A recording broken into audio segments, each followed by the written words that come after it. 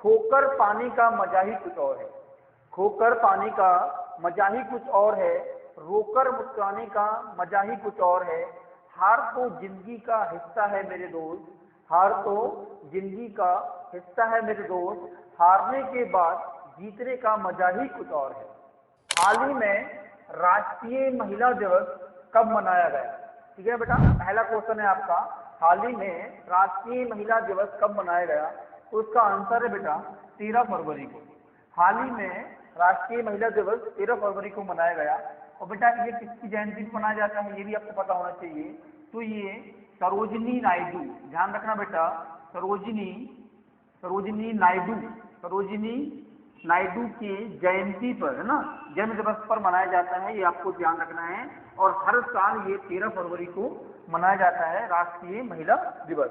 ठीक है बेटा, सरोजिनी नायडू का जन्म की बात करें बेटा, तो इनका जन्म जो हुआ था वो 13 फरवरी 1879 में हैदराबाद में हुआ था बेटा। कहाँ हुआ था बेटा?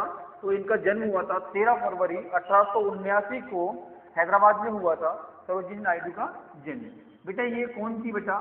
तो ये स्वतंत्रता सेनानी थी बेटा। कौन थी बेटा?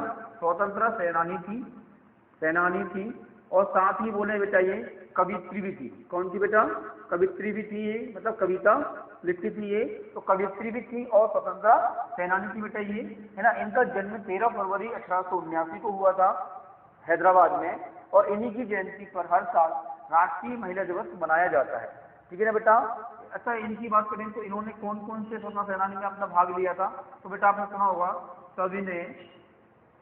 सविनय अवज्ञा आंदोलन, है ना, अवज्ञा आंदोलन में इन्होंने भाग लिया था आंदोलन। और बेटा एक था आपका भारत छोड़ो आंदोलन, भारत छोड़ो आंदोलन। ऐसे आंदोलन में इन्होंने भाग लिया था बेटा।